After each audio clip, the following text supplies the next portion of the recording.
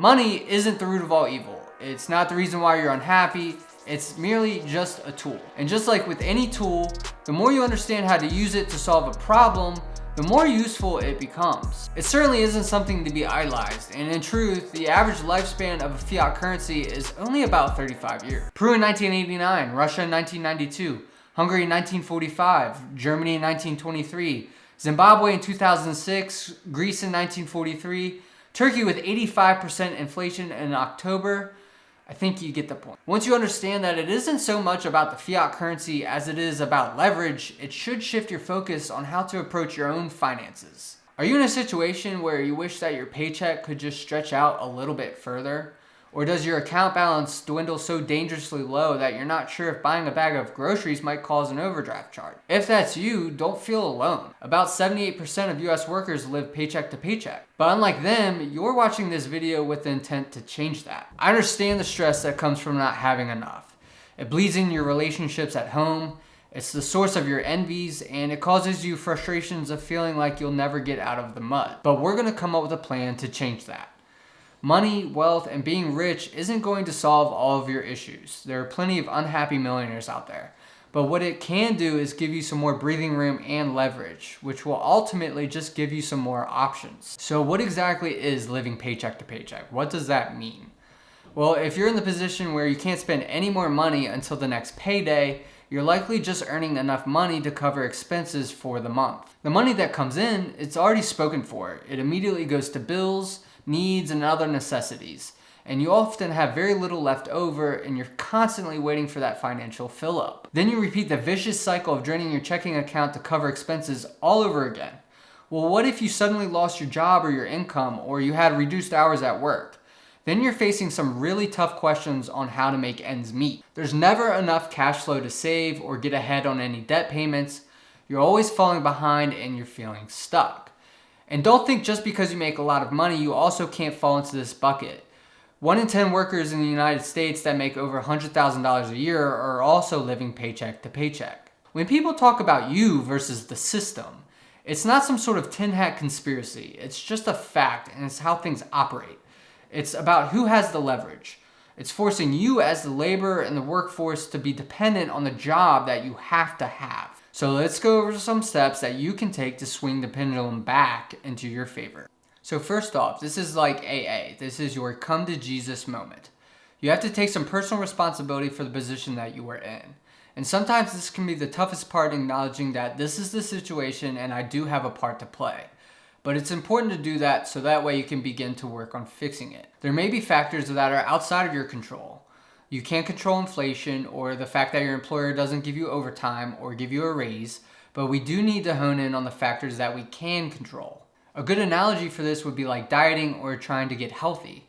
There may be some genetic factors that are outside of your control but contribute to your overall health. But what you do control is what you choose to eat and how often you make healthy decisions. It's the same thing as understanding that the financial choices that you make have a direct effect on the overall financial well-being of the situation that you're in. Step number 2 is to create an emergency fund. This is your bunker when the world is ending. It's your shoebox money. Most would say to build up a $1,000 emergency fund only to use in the most dire of circumstances. But I challenge you to do more. Try to build up at least 6 months worth of expenses. I'm more naturally risk averse, so the bigger the cushion, the better the sleep. Knowing that you have a safety net can release a lot of stress that you might have built up. Once you have a base, you can begin to feel like you have some more room to breathe. Congrats, you're well on your way to financial freedom. Inch by inch, we're taking some control of our life back. Step number 3 is planning and budget. Having a budget is going to be your best friend to combat the vicious cycle that you're on. A budget is essentially just a spending plan that tells you how much is coming in versus how much is going out. Only about 32% of Americans even use a household budget. At a very basic level, all you need to do is list out your expenses for the month and your sources of income. The key here is to make sure that you're budgeting correctly. Start tracking your spending usage to see where your money is going and if it matches up and aligns with the budget categories that you laid out. There's certainly a delicate balance to saving and living frugally. You can easily start rationalizing decisions that don't drive a lot of value, and instead they constrain your overall personal happiness and utility. I have found that skipping the $4 cup of coffee and canceling Netflix are really not impactful ways to saving money. But if I truly could not even afford them and the situation was that dire, I'd be willing to get as extreme as I'd need to and do whatever it took to get out of that situation. The end goal here is to make sure that your expenses do not exceed your income under any scenario. When this happens, you'll have some money left over and you can use this extra cash flow to be able to get ahead. Which leads me into our next step, which is step number 4, and that is paying off your debt. The average American home is carrying $5,700 in credit card debt and close to $90,000 in personal debt overall. When I talked about the system, debt plays a big part in that.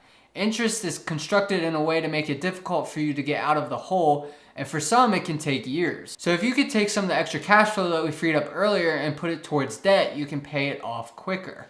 I could make an entire video on the various ways to tackle on debt, but one way to do it is to put money towards your highest interest loans first, which is mathematically the most efficient way to do it, and once one loan is paid off, you can roll it into the next highest interest bearing loan. Another option is the debt snowball method. You take on the smallest loan first and we can knock it out quicker.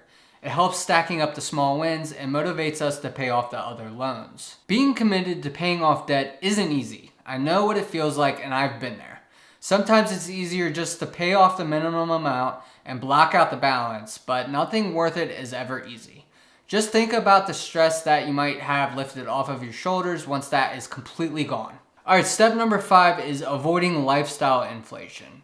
It's one of the biggest killers of building wealth in the world today. Keeping up with the Joneses as it was, or maybe now it's keeping up with the Kardashians, but it's just spending more money or inflating your lifestyle with luxuries that you truly can't afford and they're really not necessary anyway. Say you get a raise at work and you come into some extra money, and instead of using it with some healthy habits that we've already established, you start spending more as a result. Well, this can keep you stuck in that cycle. On a much deeper level, this really just comes down to envy and societal pressures to keep or maintain and even create an image that you think that you'll like and give you some happiness, but it really won't. Step number 6 is to increase your income. Now that we've created some good habits and have some more breathing room, now it's time to get on the offensive and level up your income. Earning more just creates an even larger gap between your income and your expenses. It's important to focus on building a good foundation of spending and saving habits, which is why this is step number 6 and not step number 1. Find an outlet that you're passionate about and begin to monetize it. It's why I created this channel in the first place, with the intent to earn advertising revenue in the future, while also talking about topics that I'm truly passionate about and love talking about. Another option is just getting certifications or upgrading your education, which really just makes you more marketable.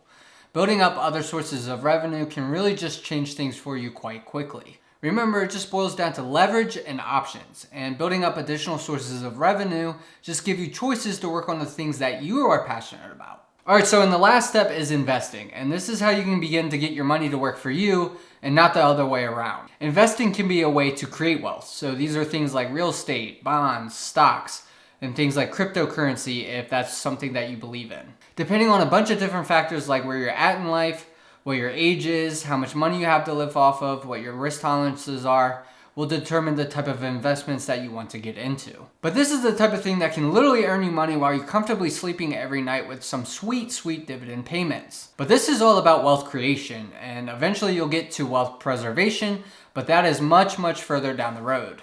So remember, don't have the chase of money consume all of your actions and your thoughts.